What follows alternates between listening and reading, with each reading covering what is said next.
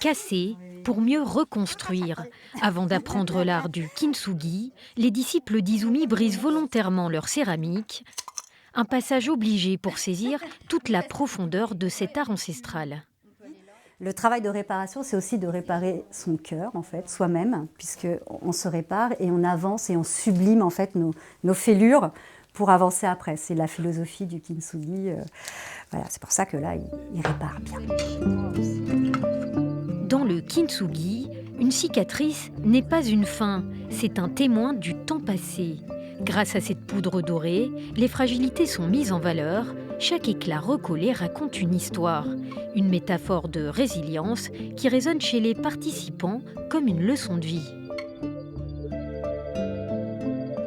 Il faut qu'on change un peu de civilisation, hein, de la consommation à la réparation finalement. Hein. Réutiliser, c'est toutes les recycleries. Quand je casse ma vaisselle, cela me touche et je la garde. Et du coup, dans des boîtes, je mets toute ma vaisselle cassée. C'est pour cette raison que mes enfants vont faire cet atelier. Un art en plein essor. En 3 ans, Izumi a formé plus de 700 élèves dans cet atelier, dont certains viennent parfois réparer bien plus qu'un objet.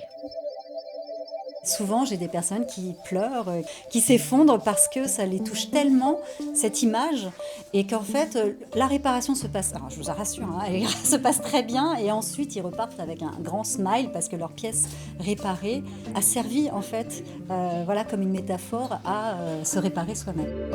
Bravo à tous! Vous avez vraiment fait une belle pratique aujourd'hui. En fin d'atelier, chacun repart avec une pièce personnelle, mais uniquement décorative. La poudre utilisée empêche tout usage alimentaire. Du kintsugi aux techniques traditionnelles, Izumi ouvre son atelier au public les 5 et 6 avril.